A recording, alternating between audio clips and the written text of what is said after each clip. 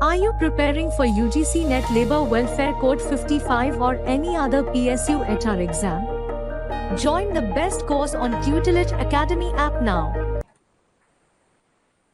Hello team, welcome back to Tutelage Academy. Today we will be solving previous year question paper of RRB, and this is the question paper for the year 2019. So let's solve it. ये question paper में आप देखेंगे तो we have 50 questions now from the domain, जो कि हमारा है professional ability का जो सेक्शन है, हमारा लेबर वेलफेयर का जो सेक्शन है, उसमें 50 क्वेश्चंस है और बाकी के 50 क्वेश्चंस हमारे एप्टीट्यूड के हैं in total. Okay, so first 50 questions I am going to discuss in two parts, and today is the first part. So let's start. Question number 1. So let's zoom little bit ताकि आपको दिख जाए question में क्या है. एक questions के size very कर रहे हैं तो accordingly I will zoom out. देखिए, under the payment of bonus act accounting year means. आज के जो सेशन है उसका ऑब्जेक्टिव क्या है? उसका ऑब्जेक्टिव ये है कि हम क्वेश्चंस को देखें, उसका पैटर्न समझें कि किस तरह के क्वेश्चंस पूछे जा रहे हैं और अकॉर्डिंगली अपनी तैयारी को रोबस्ट करें. ओके, तो जितने भी एक्ट्स हैं आरआरबी में, उसमें जो भी सेक्शन 2 में जितने डेफिनेशंस होते हैं उसको जरूर देखिए, है ना. हमें यहाँ से हिंट मिल रहा है और इसी तरीके से आपको तैयारी करनी है. अकाउंटिंग ईयर का डेफिनेशन देखिए, बहुत ही बिल्कुल जो ध्यान से बिल्कुल पढ़ रहे हो तभी आप इस क्वेश्चन को कर पाओगे. तो अकाउंटिंग ईयर का जो डेफिनेशन है ना, उसमें देखिएगा कि in relation to company and in relation to corporation, इसमें हमें 2 पॉइंट्स देखने को मिलते हैं. तो इन रिलेशन टू कंपनी जो अकाउंटिंग ईयर का डेफिनेशन है वो है कि in respect of which any profit and loss account of the company laid before it in the annual general meeting. तो यहाँ पे मंथली एडवाइजरी मीटिंग लिखा है इसलिए ये नहीं होगा. एनुअल जनरल मीटिंग में जो भी प्रॉफिट एंड लॉस का अकाउंट जिस दिन होता है ना, उस दिन से है अकाउंटिंग है, ठीक है ना. तो हमें annual general meeting is the keyword है जो कि हमें नहीं देखने को मिला, इसलिए ये भी गलत है, ये भी गलत है. पॉइंट नंबर 3, अगर कॉर्पोरेशन के टर्म्स में आए तो in relation to corporation the year ending on the day on which books and account of the corporation are to be closed and balance. तो यहाँ पे एंडिंग होगा, बिगिनिंग नहीं होगा, है ना. जिस दिन ये एंड हो रहा है बैलेंस ना, उस दिन से लेना है, ठीक है. तो इसी तरीके से अकाउंटिंग ईयर का अगर आप डेफिनेशन देखें ना, तो सेक्शन 2.1 में हमारा अकाउंटिंग ईयर का डेफिनेशन है, जिसमें पहला पॉइंट हमारा कंपनी का है, दूसरा पॉइंट कॉर्पोरेशन का है और तीसरा पॉइंट जो इस एक्ट में है वो भी बहुत इंपॉर्टेंट है कि other than these two the year will be commencing from 1st of April. तो ये 3 पॉइंट हमें सेक्शन 2.1 के अकाउंटिंग ईयर के डेफिनेशन में मिलते हैं in the payment of bonus act 1965. समझ आ रहा है आपको? इस तरीके से आपको अपने सिलेबस के सारे एक्ट्स के बेसिक डेफिनेशंस को ध्यान रखना है ना. चलिए, moving to question number 2. What is meant by cooperative society under payment of bonus amendment act 2015. तो 2015 में एक बहुत ही इंपॉर्टेंट अमेंडमेंट्स आए थे पेमेंट ऑफ बोनस एक्ट में, तो उसी से एक क्वेश्चन है. तो कोऑपरेटिव सोसाइटी जो है ना, cooperative society is a society registered और deemed to be registered under cooperative society act 1912. ये जो कोऑपरेटिव सोसाइटी एक्ट है ना, ये 1912 में आई थी. तो अगर ये आपको ध्यान रहेगा तो आप ये क्वेश्चन आराम से कर सकते हैं, ठीक है ना. तो एक्चुअली यहाँ पे अमेंडमेंट में ये बताया गया था कि कोऑपरेटिव सोसाइटी को हम एम्प्लॉयर कंसीडर करते हैं under payment of bonus act 1965, है ना. अगर कोई कोऑपरेटिव सोसाइटी है वो इस एक्ट के अंदर रजिस्टर्ड है तो it can be considered as an employer, under payment of bonus act 1965, है ना. So this is the concept which we have to study. Okay, चलिए next question. Question number 3. Which of the following sections of the Payment of Wages Amendment Act 2017 deals with deduction for absence from duty, है ना. तो again आप देख पा रहे हो कि अमेंडमेंट से क्वेश्चंस पूछे जा रहे हैं एंड दैट टू बहुत ही डिटेल्ड है. सेक्शन 7 के सब सेक्शन 2 का भी पॉइंट पूछा जा रहा है कि BDAC. तो आपको कितने अच्छे से सेक्शंस याद करने हैं, ये आप यहाँ से नोट डाउन कीजिए, समझिए, है ना। तो तरीका यही होगा कि जितने भी एक्ट्स आप पढ़ेंगे, आपको हमारे कोर्स में भी पढ़ाया जाएगा सारे एक्ट्स, तो उसके डेफिनेशंस आपको नोट डाउन करना है, आपको लिखना है, आपको खुद के अपने नोट्स बनाने हैं, तो काफी ज्यादा आसान होता है। तो सेक्शन 7 टॉक्स अबाउट डिडक्शन, है ना। तो सेक्शन 7 का अगर पॉइंट 2 सबसेक्शन 2 देखें तो A B C D, there are 4 points. A talks about fines, जैसा कि मुझे याद है। B talks about deduction from absence of duty, deduction from absence of duty. C talks about deduction for damage और loss, damage और loss. और यहाँ पे deduction for house accommodation, house accommodation, है ना। तो इस तरह से आपको ध्यान रखना पड़ेगा, है ना। अपने नोट्स बनाने पड़ेंगे, जैसे मुझे याद है, आपको याद होना चाहिए। तो पॉइंट नंबर बी हमारा आंसर हो जाएगा, पॉइंट नंबर ए आंसर हो जाएगा 7 का सबसेक्शन 2 का पॉइंट बी। अंडरस्टूड, ठीक है। चलिए आगे बढ़ते हैं। Which of the following articles of Indian Constitution has provision for securing just and human condition of work for maternity relief, है ना। तो इंडियन कॉन्स्टिट्यूशन के कौन सा आर्टिकल बताता है just and human condition of work? Let's zoom out little bit, अगर visible नहीं है तो। हाँ चलिए, ठीक है, ओके। सो यहाँ पर ना आपको जो डीपीएसपीज मैंने क्लास में करवाए हैं 38, 39, 41, 42, 43, 43A, ये सब आपको बिल्कुल कंठस्थ होने चाहिए, क्योंकि इनसे 1-2 क्वेश्चन बिल्कुल बनते ही बनते हैं। तो ये जो है आर्टिकल 42 है, just and human condition of work, ये सारे आपको ध्यान में होने चाहिए। एनी टाइम यू शुड, आपका माइंड अगर अभी 38 है तो 38 वेलफेयर स्टेट है, आपका ऐसा मन में आना चाहिए, ठीक है। 39 for equal pay for equal work, 41 right to work and public assistance, you should be able to recall all of them, okay.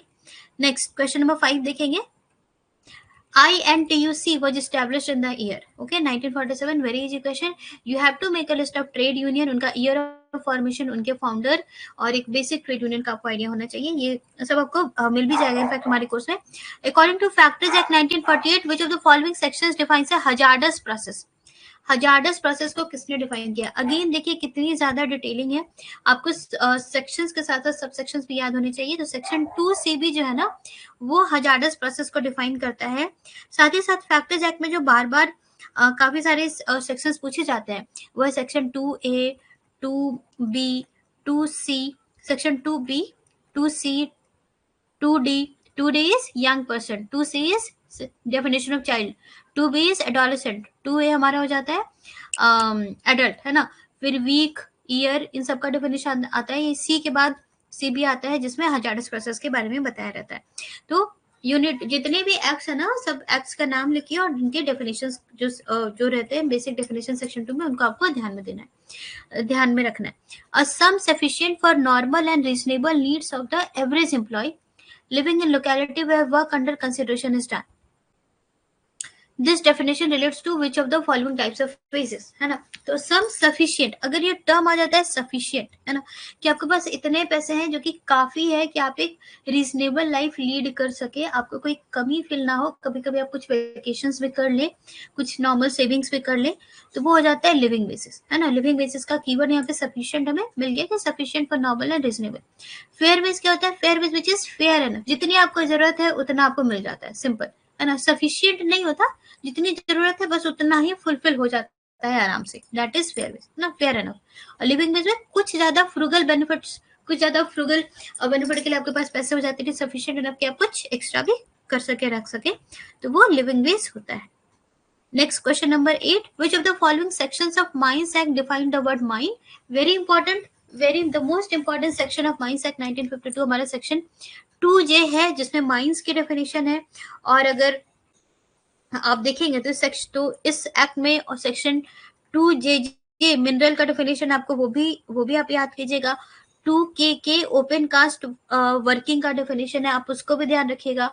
और 2J में इनफैक्ट जो सब सेक्शंस है, इसमें इन टोटल आई थिंक 10 और 11 सब सेक्शन है ना। तो वो सब सेक्शन में कौन कौन सी चीजें माइंस हो सकती है वो सब बताया जाता है, तो वो सब भी आप ध्यान रखिएगा। जैसे कि बोरिंग, बोरवेल्स जो होते हैं, शाफ्ट होते हैं, ओपन कास्ट वर्किंग होती है, और जो वर्कशॉप होते हैं जो माइन के प्रिसिंक्ट में होते हैं वो सारे माइन के डेफिनेशन में आते हैं, ये सारा इस सब में डिस्क्राइब किया हुआ है, तो उसको भी आप ध्यान से पढ़िएगा, ठीक है। चलिए question number 9, according to the payment of bonus amendment act 2015, an employee shall be entitled to get bonus if his monthly salary or wages does not exceed, ठीक है। यहाँ पे भी देखिए पेमेंट ऑफ बोनस एक्ट के amendment की बात हो रही है, तो इस क्वेश्चन पेपर में पर्टिकुलरली रिसेंट अमेंडमेंट पे काफी ध्यान दिया गया है। यस तो ये आसान सा क्वेश्चन है, देखिए इसमें ये हमने ऑलरेडी पढ़ा है कि इसके पहले तो 21,000 है, इसके पहले वाला जो था वो था 10K, तो 10K था, उसके बाद 2015 में से बढ़ा करके 21K कर दिया गया है, राइट। किसी को किसी भी क्वेश्चन में डाउट हो, नहीं समझ में आएगा तो तुरंत टेक्स्ट करेंगे, okay. Exempted employee is defined in section dash of employees provident fund and miscellaneous provision act 1952, again है ना, देखिए सब सेक्शन से क्वेश्चन पूछा गया है ना। तो सेक्शन एग्जेम्प्टेड एम्प्लॉय जो है ना वो सेक्शन 2FF में आता है, एम्प्लॉय का इनफैक्ट डेफिनेशन 2F में है, तो 2F में एम्प्लॉय का डेफिनेशन है और 2FF में एग्जेम्प्टेड एम्प्लॉय का डेफिनेशन है। एग्जेम्प्टेड एम्प्लॉय क्या होता है कि जिसमें कि एग्जेम्पशन ग्रांटेड होती है अंडर सेक्शन 17 और उसमें इंश्योरेंस स्कीम एप्लीकेबल है, लेकिन एग्जेम्पशन जो सेक्शन 17 के अकॉर्डिंग जो भी एग्जेम्पशन है वो ग्रांटेड होती है। 2FF में आपको डेफिनेशन मिल जाएगा, right. Question number 11, DAS is a collection of programs that controls the execution of the computer system and executes various processes in the computer. यहाँ पे हमें कुछ क्वेश्चंस इंफॉर्मेशन टेक्नोलॉजी के भी देखने को मिल रहा है, तो हमारा आंसर यहाँ पे वेरी ऑब्वियस ऑपरेटिंग सिस्टम हो जाएगा, है ना।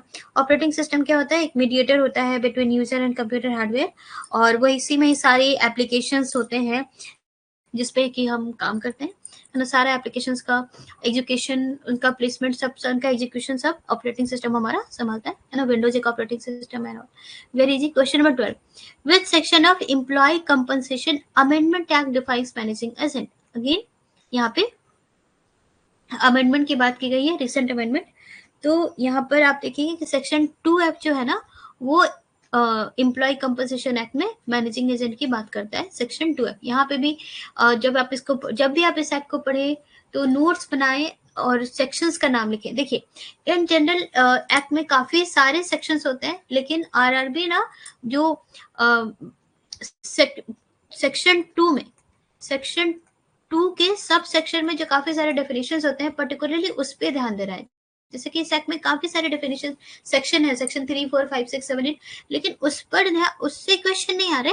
सेक्शन 2 के अंदर जितने भी सब सेक्शन है उससे क्वेश्चन आ रहे हैं मोस्टली क्वेश्चंस में, है ना। तो जस्ट नोट दिस पॉइंट।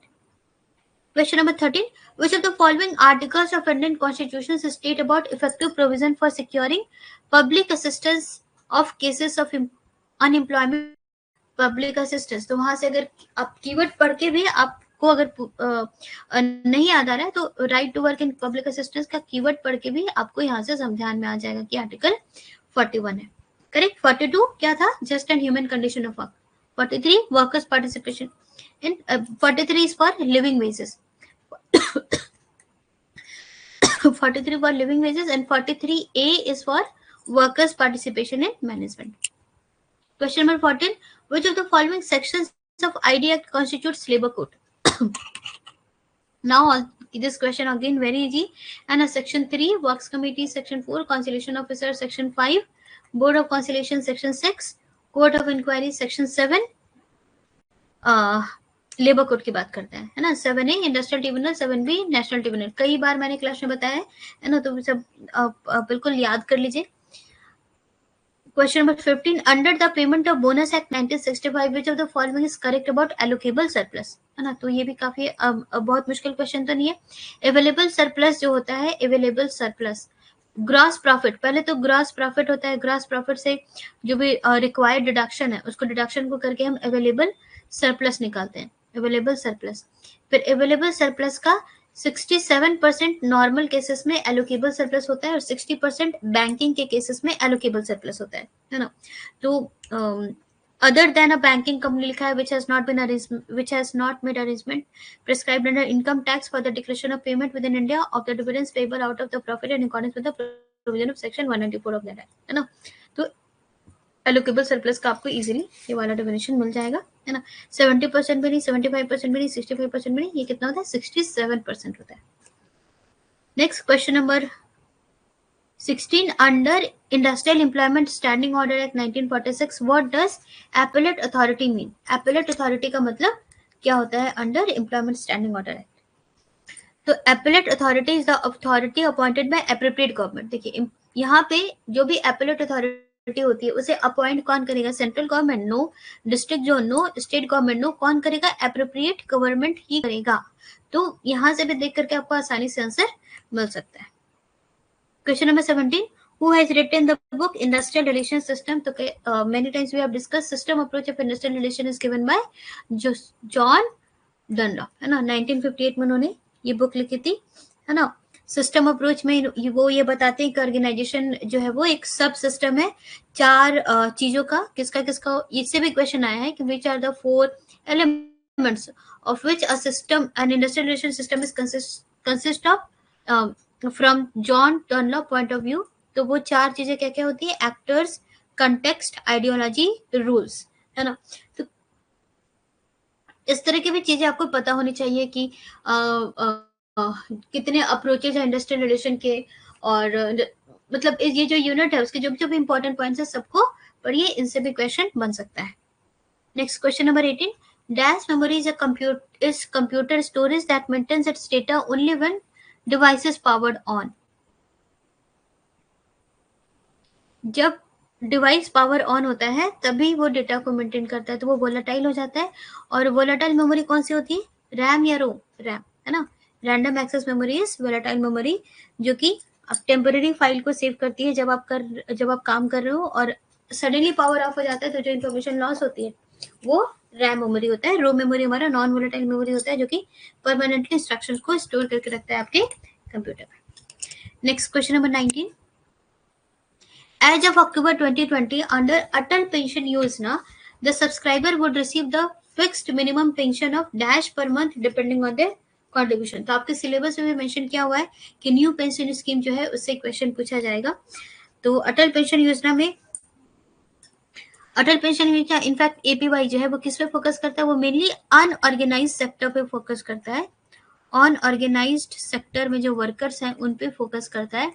और यहाँ पे जो पेंशन की स्कीम है वो 1000 रुपए की है, 2000 की है, 3000 की है, 4000 की है, 5000 की है, जैसा भी एप्लीकेबल है. यहाँ पे मिनिमम पूछा गया, minimum 1000. Correct. Okay. Next question number 20. According to section 2F of factors act 1948 week means, जैसा कि हमने भी डिस्कस किया था थोड़ी देर पहले कि फैक्टर्स एक्ट का भी जो सब सेक्शन है, section A, B, C, B, C, D, E, F, E is for day and F is for week, है ना. तो वीक हमेशा हमने कई बार हमने क्लास में बताया कि 7 डेज का है. Beginning eight midnight on Saturday night होगा, एक्चुअली संडे से स्टार्ट होगा, but Sunday is starting from midnight of Saturday, है ना. तो midnight on Saturday night or such any other night may be approved in writing for a particular area by Chief Inspector of Factories. Otherwise कुछ change करना है तो Chief Inspector of Factories बताएगा, नहीं तो Saturday night से हमारा week start हो रहा है, सैटरडे मिडनाइट से. Okay. Next question number 21. According to RTI act third party means, तो आरटीआई एक्ट ना में थर्ड पार्टी का मतलब होता है कि कोई ऐसा person other than a citizen making a request for information and includes public authority third party में इंक्लूडेड होते हैं. सेक्शंस इसमें भी ये सेक्शन 2N का क्वेश्चन है. Section 2N of RTI act talks about third party, और यहाँ पे भी आप देख सकते हैं कि आपको सेक्शन 2 में जितने भी डेफिनेशंस होते हैं वो आपको सारा पढ़ना है ना. That's it.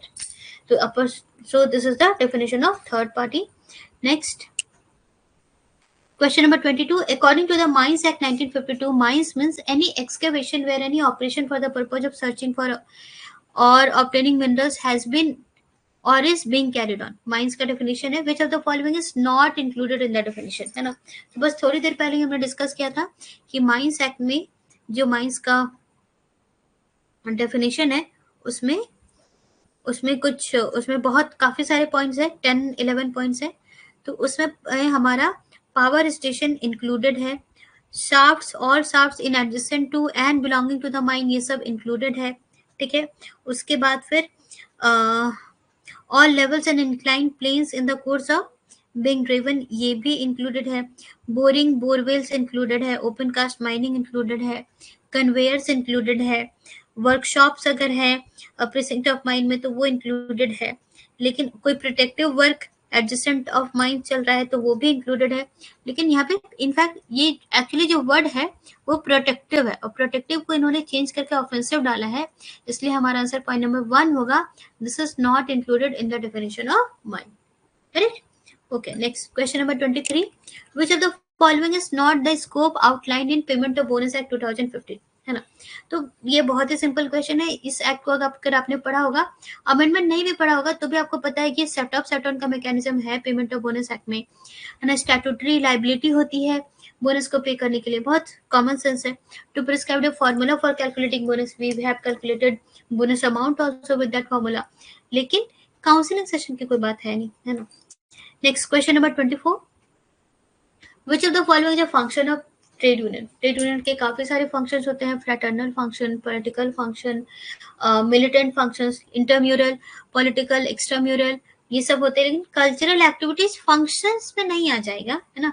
fraternal function हो सकते हैं, political function हो सकते हैं, intramural, extramural, cultural एक अलग से कोई है नहीं। cultural हमारा फ्रैटर्नल फंक्शन में का एक पार्ट हो सकता है ना, लेकिन ये अलग से कल्चरल एक्टिविटीज ऐसा कुछ नहीं है, इसलिए पॉइंट नंबर 4 आंसर हो जाएगा। चलिए last question of the day, we have in total 50 question, so in part 2 I will be solving next 25 question, okay. So question number 25, which of the following is not the function of commissioners under employee compensation amendment act 2017? Again amendment का question है ना। तो ये जो commissioner होता है ना, उसके काफी सारे काम होते हैं एम्प्लॉय कंपनसेशन एक्ट में, उसकी काफी सारी रिस्पॉन्सिबिलिटीज होती है कि कोई अगर एविडेंस वगैरह कोई एग्जामिन करना हो गया, उसके बाद फिर कंपनसेशन अमाउंट कितना होगा उसे देखना हो गया, उसके बाद फिर मेडिकल एग्जामिनेशन ऑर्डर करना हो गया, उसके बाद फिर कंपनसेशन, फिर सेटलमेंट ऑफ डिस्प्यूटेड क्लेम्स हो गया, डिस्पोजल ऑफ केसेस और रिवीजन ऑफ पीरियोडिकल पेमेंट हो गया। लेकिन अप्रेजल का काम कमिश्नर का नहीं है, अप्रेजल का काम कमिश्नर का नहीं होता। ये सारे अदर वर्क है, लेकिन अप्रेजल डिफरेंट डिपार्टमेंट या हो सकता है HR डिपार्टमेंट से बात हो, different other person, but not this, not commissioner. Commissioner is not meant for appraising, so our answer will be point number 1, ठीक है। चलो, so I will be ending the session now and hope this session was very informative. You got the idea कि किस तरह के questions RRB में पूछे जाएंगे। RRB के सिलेबस में जितने भी एक्ट्स हैं वो सारे एक्ट्स डिटेल में करवाए जाएंगे, पूरा सिलेबस फिनिश करवाया जाएगा, है ना। And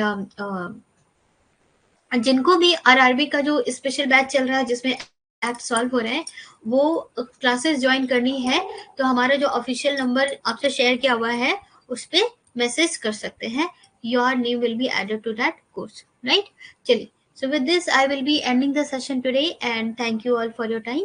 And if there is any query, any doubt, you can always reach out to us, okay? Yeah, thank you all. Are you preparing for UGC Net Labor Welfare Code 55 or any other PSU HR exam? Join the best course on Tutelage Academy app now.